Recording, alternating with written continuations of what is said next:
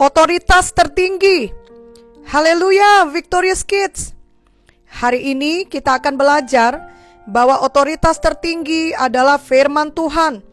Sebagai anak-anak, ada otoritas di atas kita yang harus kita taati atau patuhi, yakni orang tua kita, guru kita, bahkan orang yang lebih tua dari kita. Namun di atas semua otoritas tersebut adalah firman Tuhan. Manusia siapapun tetap punya kekurangan dan tidak mungkin sempurna. Setiap manusia masih dapat berbuat salah. Itu sebabnya firman Tuhan adalah otoritas tertinggi.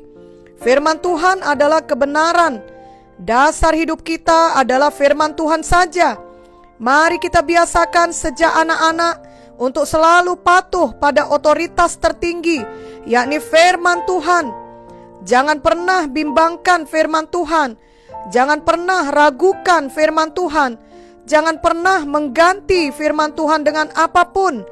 Amin, Victorious Kids. Misalnya dahulu, saat sebelum ada pandemi COVID-19, Victorious Kids masih dapat pergi ke sekolah. Lalu ketua kelas adalah otoritas di kelas itu. Jika dia mengatakan untuk sama-sama mencontek, maka walaupun dia punya otoritas, namun karena apa yang dikatakannya tidak sejalan dengan firman Tuhan, maka janganlah Victorious Kids mengikutinya. Mencontek sama dengan mencuri. Mencontek itu tidak jujur. Itu sebabnya Victorious Kids harus tahu untuk patuh pada otoritas tertinggi, yakni firman Tuhan, sehingga tidak mudah disesatkan untuk mengikuti jalan yang salah oleh otoritas lainnya di dunia ini. Nah, coba bayangkan bila suatu kali kita hendak bertamu ke rumah teman kita.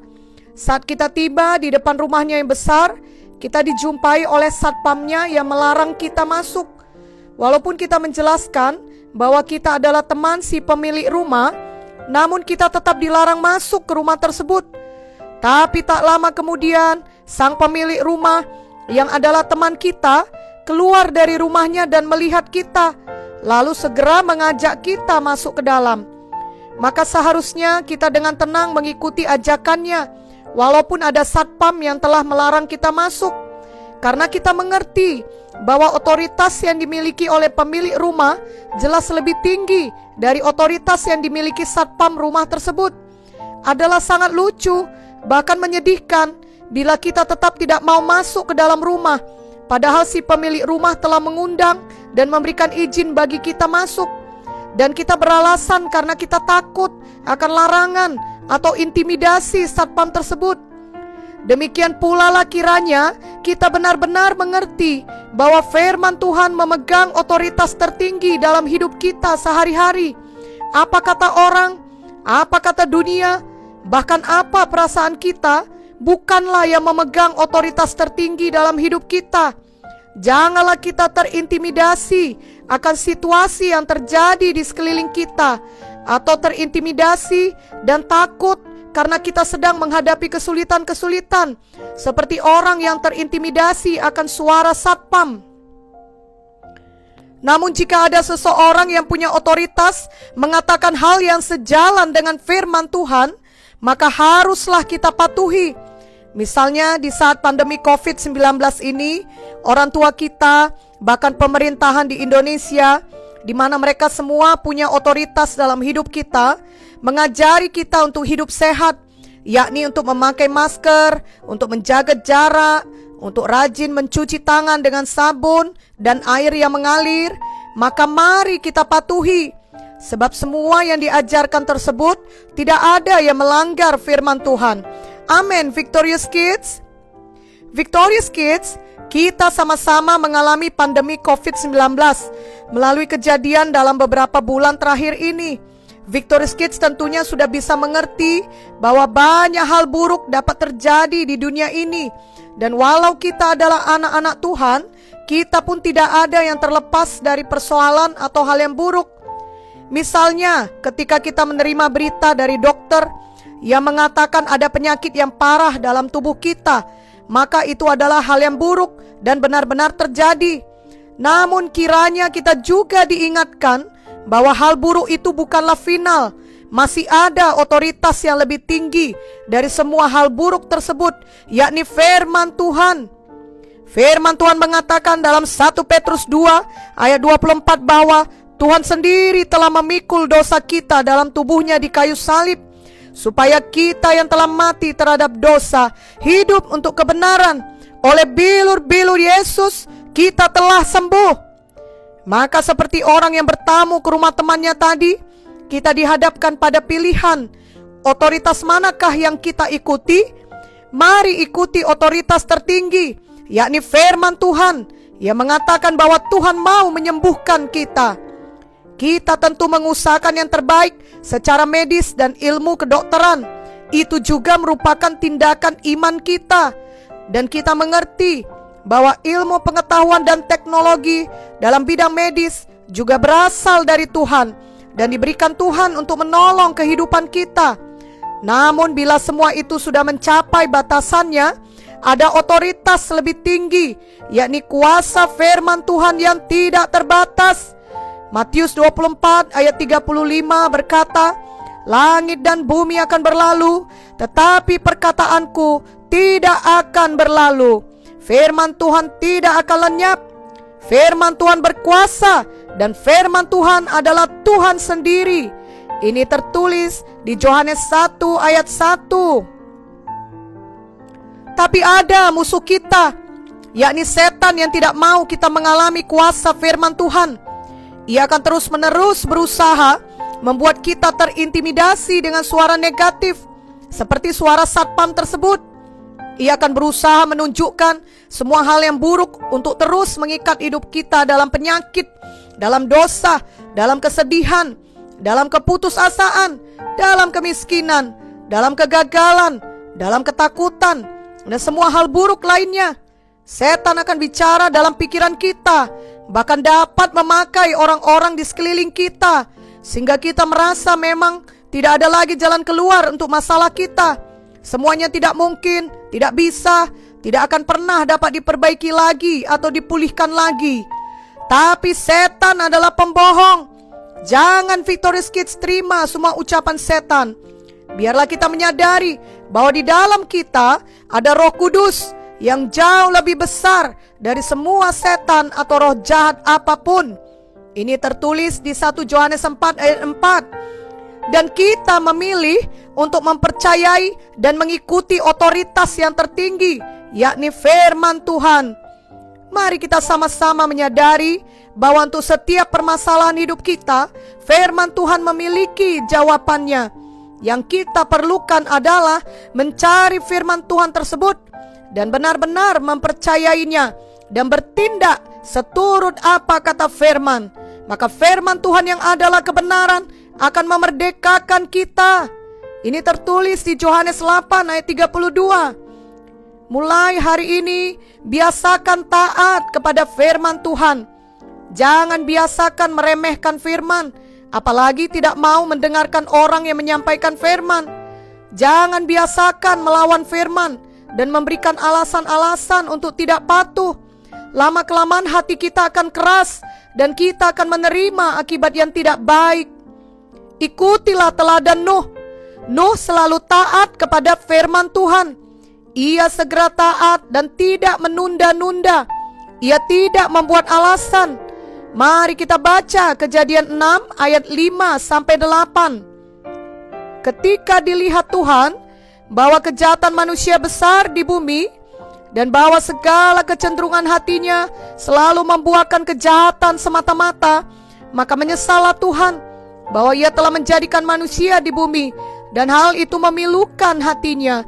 Berfirmanlah Tuhan, aku akan menghapuskan manusia yang telah kuciptakan itu dari muka bumi, baik manusia maupun hewan dan binatang-binatang melata dan burung-burung di udara, sebab aku menyesal bahwa aku telah menjadikan mereka. Tetapi Nuh mendapat kasih karunia di mata Tuhan. Jadi saat itu manusia sangat jahat. Hatinya jahat semata-mata.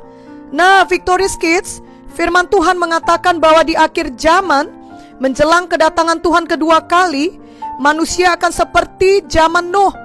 Mari kita baca Matius 24 ayat 37 sampai 39.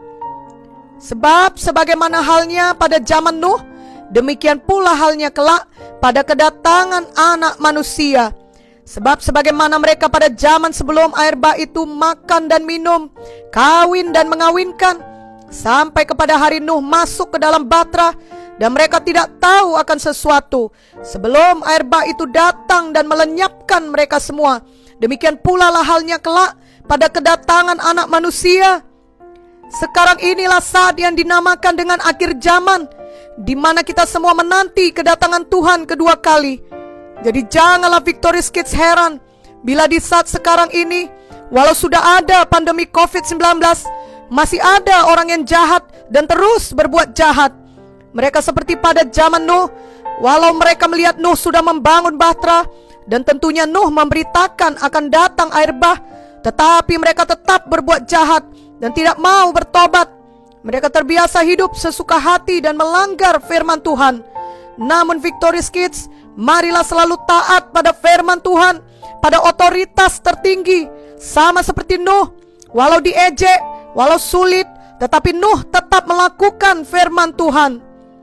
Mari kita baca Kejadian 6 ayat 14 dan 22. Buatlah bagimu sebuah bahtera dari kayu gofir. Bahtera itu harus kau buat berpetak-petak, dan harus kau tutup dengan pakal dari luar dan dari dalam. Lalu Nuh melakukan semuanya itu tepat seperti yang diperintahkan Allah kepadanya. Demikianlah dilakukannya. Tentunya ketika Nuh mulai membangun bahtera itu, ada banyak orang yang mengejek Nuh. Bisa jadi mereka berkata, "Hei Nuh, apa yang kau bangun itu? Mana mungkin akan ada air bah? Hujan saja tidak ada." Saat ini pun mungkin ada orang mengejek Victorious Kids karena selalu saja taat. Semua orang mencoba rokok maupun narkoba, Victorious Kids tidak mau. Semua orang mencoba melihat pornografi, Victorious Kids tidak mau ikut-ikutan. Semua orang mau melawan orang tua, lalu bergaul dengan kawan-kawannya yang jahat, yang membuatnya terlibat dalam perkelahian, bully, bahkan tawuran yang berbahaya. Sedangkan Victorious Kids patuh pada orang tua dan tidak mau terlibat sedikit pun dalam perkelahian, bully dan tawuran. Semua orang cakap kotor dan menggosip. Victorious Kids tetap tidak mau membicarakan keburukan orang lain, karena Victorious Kids tahu itu tidak seturut dengan firman Tuhan yang adalah otoritas tertinggi dalam hidup Victorious Kids. Tetaplah pilih untuk hidup patuh demikian. Tetaplah teladani Nuh. Nuh akhirnya selesai membangun bahtera itu. Kejadian 7 ayat 1 dan ayat 10 sampai 14 berkata, "Lalu berfirmanlah Tuhan kepada Nuh, masuklah ke dalam bahtera itu, engkau dan seisi rumahmu, sebab engkaulah yang kulihat benar di hadapanku di antara orang zaman ini. Setelah 7 hari datanglah air bah meliputi bumi. Pada waktu umur Nuh 600 tahun, pada bulan yang kedua, pada hari yang ke-17 bulan itu, pada hari itulah terbelah segala mata air samudra raya yang dahsyat, dan terbukalah tingkap-tingkap di langit. Dan turunlah hujan lebat meliputi bumi 40 hari 40 malam lamanya. Pada hari itu juga masuklah Nuh serta Sem, Ham dan Yafet, anak-anak Nuh dan istri Nuh, dan ketiga istri anak-anaknya bersama-sama dengan dia ke dalam bahtera itu. Mereka itu dan segala jenis binatang liar, dan segala jenis ternak, dan segala jenis binatang melata yang merayap di bumi, dan segala jenis burung, yakni segala yang berbulu bersayap. Victorious Kids, bisakah Victorious Kids bayangkan Tuhan menyuruh Nuh membangun bahtera, lalu menyediakan makanan dan memasukkan hewan-hewan ke dalam bahtera? Kelihatannya itu sungguh hal yang aneh dan sulit dilakukan, tetapi Nuh tetap taat. Bahkan untuk membangun bahtera diperlukan waktu dan kerja keras selama kira-kira 100 tahun. Karena umur Nuh adalah 500 tahun sewaktu ia memperanakkan ketiga anaknya, Sem, Ham dan Yafet. Ini tertulis di Kejadian 5 ayat 32. Dan umur Nuh 600 tahun ketika air bah turun. Namun tidak peduli berapa lama pun waktunya, Nuh tetap taat. Betapa sulit pun kelihatannya untuk membangun bahtera dan mengumpulkan binatang di dalam bahtera itu, Nuh tetap taat.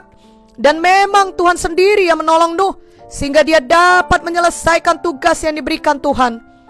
Biarlah Victorious Kids juga tetap taat pada firman, Berapapun lama waktu yang diperlukan, atau betapa sulit pun kelihatannya tugas yang diberikan, jangan mengeluh dan jangan menyerah. Jangan berhenti taat. Jangan seperti orang lain yang membiasakan diri tidak taat. Jangan pernah ikuti mereka. Tuhan pasti selalu memberkati ketaatan kita, sama seperti Dia memberkati ketaatan Nuh. Walau hujan turun selama 40 hari dan semua yang di darat mati, lalu selama 150 hari air masih menutupi bumi, namun Nuh dan keluarganya tetap dipelihara Tuhan. 3 kali Nuh melepas burung merpati. Pertama kali burung merpati itu langsung kembali karena tidak ada tempat berpijak. Kedua kalinya burung itu pulang dengan membawa sehelai daun, berarti air sudah surut atau berkurang. Ketiga kalinya burung itu tidak kembali, berarti muka bumi sudah mulai kering. Lalu Nuh dan keluarganya turun dari bahtera dan bersyukur kepada Tuhan. Dan Tuhan memberikan tanda, yakni pelangi, bahwa air bah tidak akan menutupi dan memusnahkan bumi lagi. Victorious Kids, sangat luar biasa berkat dari taat kepada firman Tuhan yang adalah otoritas tertinggi. Marilah Victorious Kids bertobat bila selama ini terbiasa tidak taat. Janganlah melawan atau memberontak lagi. Mari jadi anak yang baik dan taat. Amin. Ikutilah doa ini sungguh-sungguh. Oh Tuhan Yesus, saya mau menjadi anak yang taat kepada firman Tuhan. Saya percaya firman Tuhan adalah otoritas tertinggi. Saya mau seperti Nuh yang taat kepada firman Tuhan. Saya mau taat kepada orang tua saya dan guru-guru saya yang mengajarkan hal yang baik seturut dengan firman Tuhan. Tolonglah saya Tuhan Yesus. Saya sungguh percaya kepada Tuhan Yesus. Saya percaya Engkaulah Tuhan saya dan juru selamat pribadi saya. Masuklah dalam hati saya dan ajarilah saya setiap hari. Penuhilah saya dengan Roh Kudus. Dengan kuasa Roh Kudus di dalam saya pasti terus bertumbuh menjadi anak yang baik dan patuh.